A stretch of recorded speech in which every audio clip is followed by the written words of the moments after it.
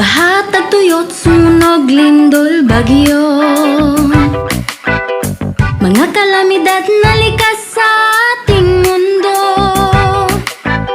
Napapahamak ang buhay at kabuhayan, kaya naman kailangan ngang paghandaan. Maging handa, maging alerto,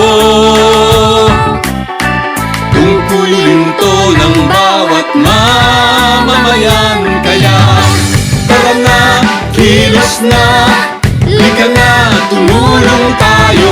Gawin na po ang karapat-dapat na maging laging handa.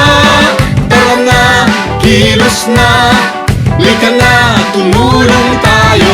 Gawin na po ang karapat-dapat na maging laging handa.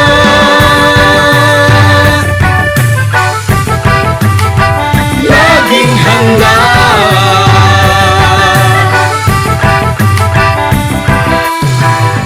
Kalamidad ay maaasahang darating Sa di inaasahang oras, kaya naman hindi na dapat hintayin. Unahan na habang di pa natataranta. maging handa, maging alerto,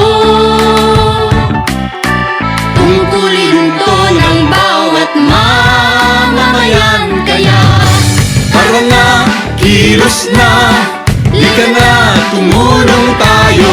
Gawin na po ang karapat-dapat na maging laging handa. Tara na, kilos na, lika na, tumulong tayo. Gawin na po ang karapat-dapat na maging laging handa. Suriin mo mabuti ang iyong kapaligiran. Saan ka ba nakatira? Diyan ba ay bumabaha? Tuwing gamot, pagkain, kumot, pang sindi, first aid kit, mga gamit panligtas ng buhay dapat mabitbit. At sakaling lumindol o sumabog ang bungka, meron bang madadaanan palayo sa kasawian? Panahon na ay malupit at ang hangin hagupit. Mabuti na lang na tayo ay laging nakahanda. Tara na, kilos na,